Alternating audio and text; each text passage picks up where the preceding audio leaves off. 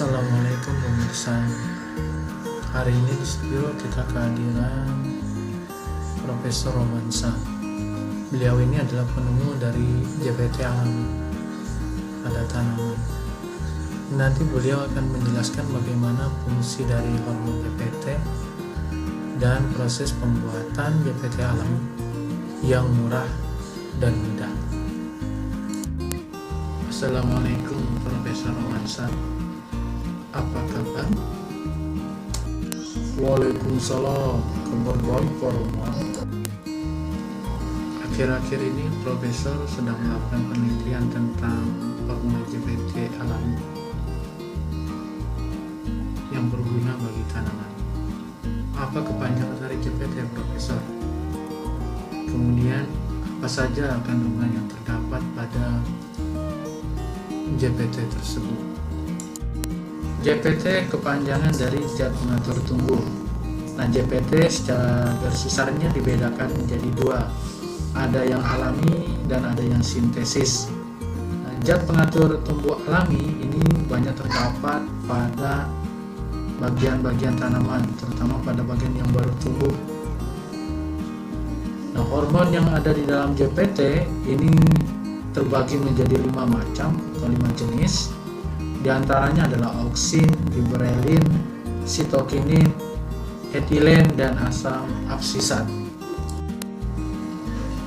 Profesor bisa jelaskan apa fungsi dari hormon-hormon tadi secara garis besarnya? Kemudian adakah contoh proses pembuatan JPT alami yang sudah pernah Profesor buat?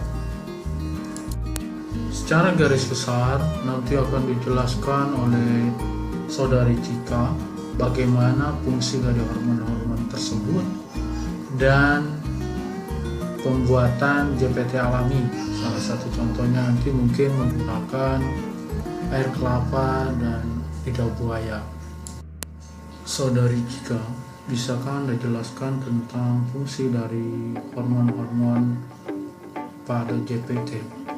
Kemudian bagaimana cara pembuatan JPT alami yang terbuat dari air kelapa dan lidah buaya? Pak Roman, untuk fungsi hormon-hormon tadi dan pembuatan JPT alami akan dijelaskan secara lengkap dan singkat nanti oleh Saudari Cika. Terima kasih Profesor. Baiklah, saya akan menjelaskan fungsi dari hormon JPT dan proses pembuatan JPT secara alami.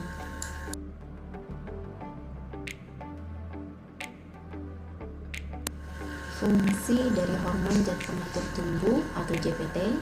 Pertama, JPT auksin yang berfungsi untuk mempercepat proses pertumbuhan tanaman, perkecambahan, pembelahan sel, mencegah kerontokan buah, dan mengurangi biji di dalam buah. Auksin banyak terdapat pada toge, lidah buaya, bawang merah, ekstrak buah tomat, urin sapi, kambing, kelinci, bekicot, dan keong mas. Kedua, giberelin berfungsi untuk merangsang pembentukan sel maksari, memperbesar ukuran buah, merangsang pembentukan bunga, merangsang pembentukan akar, dan apabila diberikan pada tanaman yang kerdil, maka akan membuat tanaman menjadi normal. Giberelin banyak terdapat pada bawang merah, lidah buaya, ekstrak buah tomat, rebung bambu, enceng gondok, jagung muda, pakis, dan jamur. Ketiga, sitokinin berfungsi untuk pembentukan akar dan cabang akar, mengatur pertumbuhan daun dan pucuk, pembentukan bunga dan buah, juga menghambat proses penuaan pada tanaman. Sitokinin banyak terdapat pada air kelapa, ekstrak buah tomat, buah pisang, dan juga terdapat pada jagung muda. Keempat, etilen berfungsi untuk merangsang pemekaran bunga, mengakhiri masa dormansi, merangsang perkecambahan biji, serta dapat merangsang pembentukan buah akar. Etilen banyak terdapat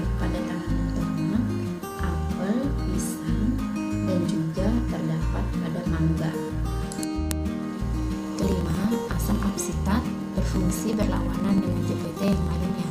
Di antaranya dapat menghambat bahkan menghentikan apikal meristem akar. Biasanya ini dimanfaatkan oleh tanaman umbi karena memperbesar umbi seperti kentang, wortel, bawang, dan lain-lainnya. Asam absita banyak terdapat pada rizoma, ubi, tanaman kapas, alga hijau, dan kulit biji pada tanaman apel serta alpukat.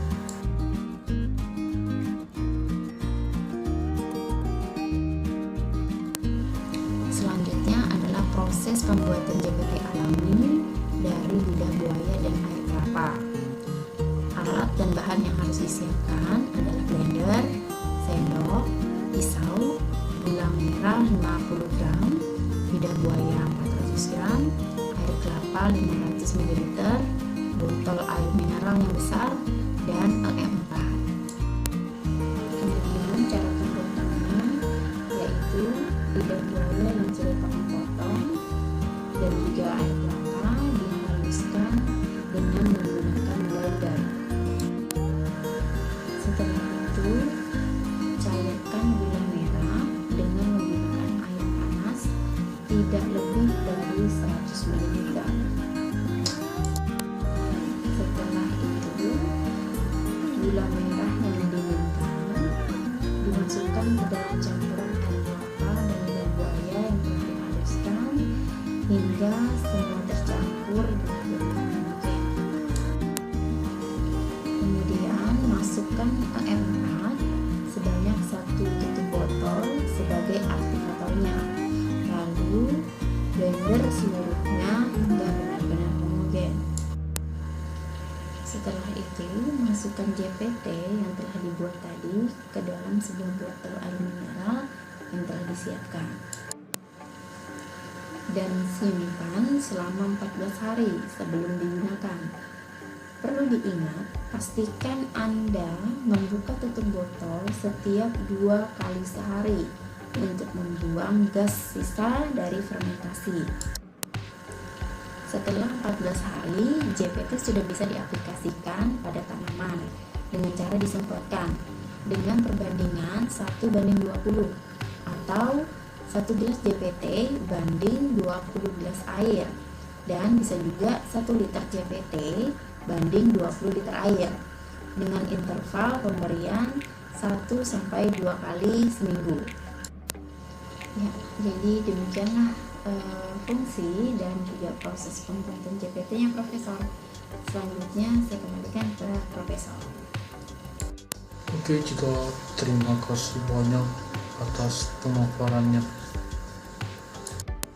Demikian Pak Roman penjelasan tentang fungsi hormon dan bagaimana proses pembuatan GPT alami. Secara panjang lebar sudah dijelaskan oleh asisten saya Cika. Kembali ke Pak Roman. Terima kasih Profesor dan Saudari Cika atas pemaparannya. Dari pemaparan ini kita sudah bisa tahu bagaimana fungsi dari GPT dan bagaimana proses pembuatan GPT itu sendiri. Oke, Profesor, terima kasih banyak. Saudari Cika, terima kasih banyak. Sampai berjumpa di channel berikutnya. Assalamualaikum. Waalaikumsalam. Cukup sekian siaran kita pada hari ini. Terima kasih Profesor Cika. Sampai berjumpa.